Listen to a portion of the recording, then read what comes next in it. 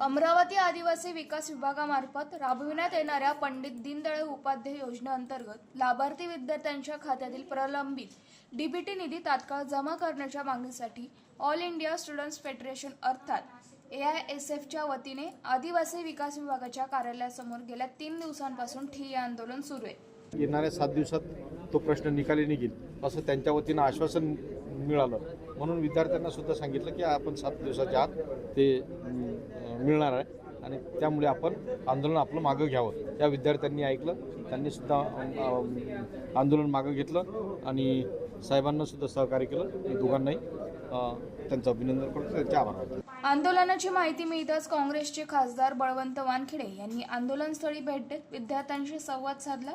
त्यानंतर संबंधित अधिकाऱ्यांची भेट घेऊन विद्यार्थ्यांच्या खात्यात तातडीने डीबीटी निधी जमा करण्याचे निर्देश दिले। आयुक्त साहेबांनी आम्हाला आश्वासन दिलंय की येत्या 7 दिवसात ते आमची मागणी पूर्ण करणार आहे आणि त्यांच्या आश्वासनामुळेच आज आम्ही हे आंदोलन मागे घेत आहोत। आणि जर त्यांनी दिलेलं आश्वासन जर येत्या 7 दिवसात पूर्ण झालं नाही तर 8व्या दिवशी आम्ही AISF महाराष्ट्र राज्य काउन्सिलतर्फे इथे पुन्हा आंदोलन करू। धन्यवाद। तसेच येत्या 7 दिवसात निधी जमा न झाल्यास स्वतः आंदोलनात सहभागी होण्याचा इशारा देत प्रशासनाला अल्टिमेट दिलाय। न्यूज डेस्क, आपलं नाशिक।